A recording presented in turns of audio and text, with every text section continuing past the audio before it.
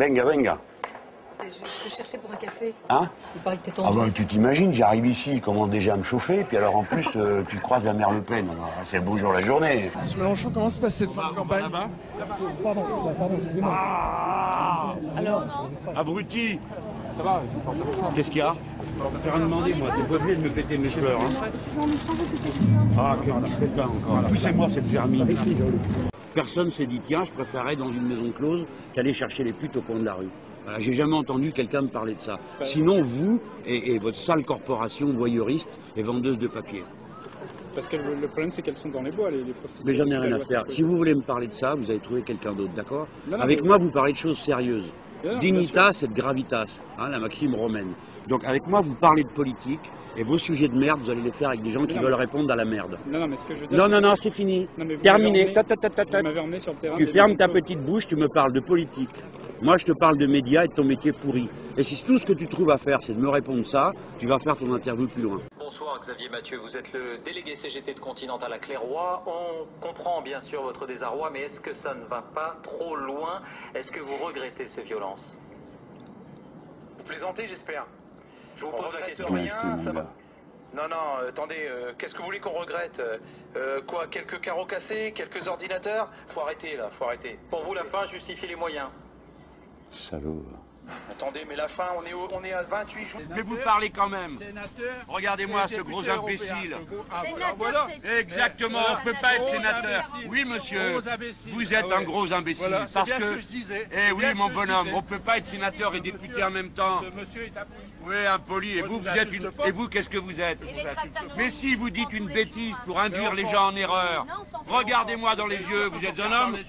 Alors je gagne 40 000 euros, espèce d'imbécile? Ouais, comment tu le sais? Vas-y, dis-le voir. Dis-le voir.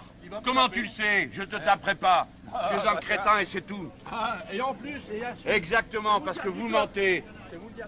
Eh, regardez-moi dans les yeux. Alors, je gagne 40 000 euros, comment vous le savez? En lisant les tracts du Front National? Pas du tout, pas du tout. Vous savez rien du tout. Vous avez un pois chiche à la place du cerveau. Je viens de passer, par exemple, une semaine dans tout le Maghreb pour défendre l'idée éco-socialiste et d'une communauté politique euro-maghrébine. Il n'y en a pas une trace dans la presse. Vous savez qu'on a 1 heure pour parler. Hein. Oui, d'accord.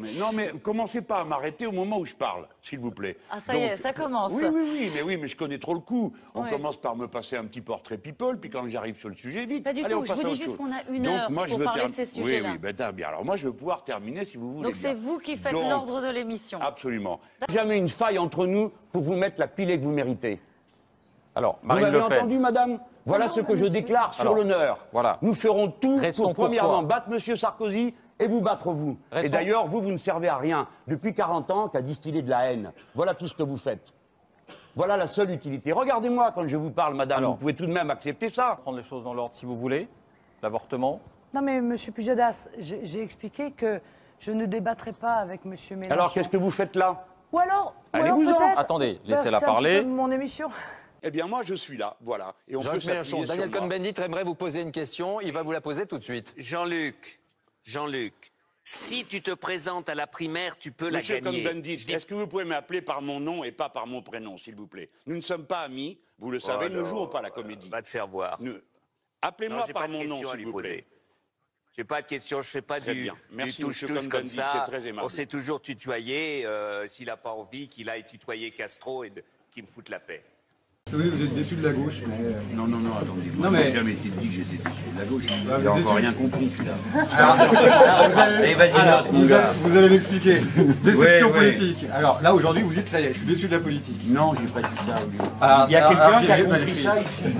Qu'est-ce qui peut me libérer de ces mecs? Je pars... Alors, allez, on recommence tout. Je pars... Les gens je sont suis- déçus de la politique, il dit le monsieur. Le monsieur, il dit, je pars d'une telle déception politique. Je pars d'une telle déception dans le peuple français.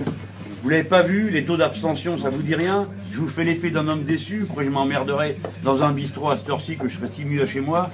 275 000 voix sur la liste que je menais. C'est-à-dire que pour élire un homme comme moi, c'est l'équivalent de 5 députés nationaux. Alors remballez vos grands airs de mépris à l'égard des élus du peuple. Ne pointez pas du doigt, vous, s'il vous plaît, Jean-Luc Mélenchon. Je vous montre du doigt parce que vous passez les bornes. Oui, non, c'est bon, on connaît. Dernière question. On connaît quoi, s'il vous plaît? On connaît la chanson. Est-ce qu'en 2012... Vous n'avez pas le droit de me parler comme ça. Est-ce qu'en 2012, vous m'impressionnez pas parce que vous êtes derrière votre micro. Pas du tout, mais moi non plus. Alors parlez-moi poliment. Il dit l'opinion. Non, ce sont les électeurs, Alain Duhamel.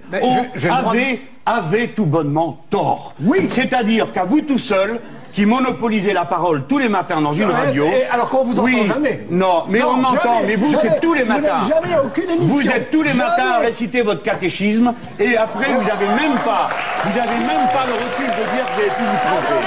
Pourquoi c'est comme ça? Est-ce que cet argent n'est pas d'abord nécessaire ici? Et vous, tout ce que vous avez à répondre, c'est « Monsieur Mélenchon, vous faites le clown. Moi, je m'occupe de la vie des gens.